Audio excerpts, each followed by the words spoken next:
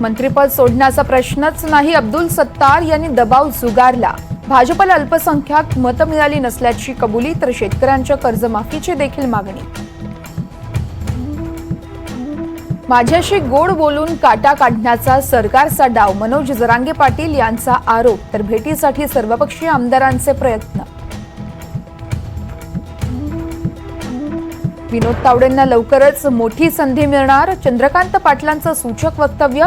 तावडेंची पक्षातील भूमिकेची देखील मोठी चर्चा।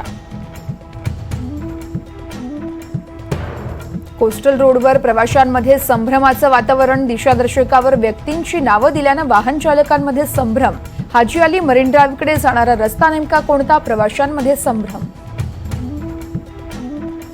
लोकसभा अध्यक्षपदासाठी आंध्राच्या डी पुरंदेश्वरी यांचं नाव चर्चेत। सध्या भाजपच्या प्रदेशाध्यक्षा तर चंद्राबाबू नायडू यांच्या देखील नातलग असल्याची माहिती।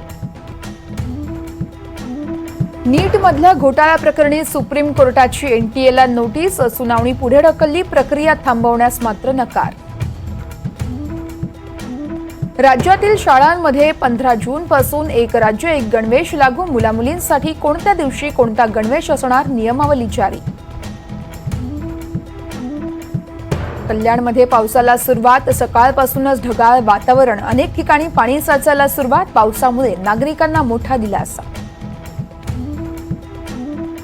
बीड, धाराशिव, परभणी, छत्रपती संभाजीनगरसह मराठवाड्यात अनेक ठिकाणी जोरदार पाऊस, पेरण्यांची गडबड न करण्याचा कृषी विभागाचा सल्ला।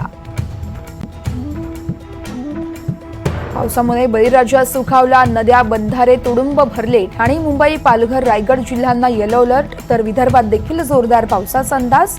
पुणे, अहमदनगर, कोल्हापूर, सातारा आणि सांगलीला देखील येलो अलर्ट।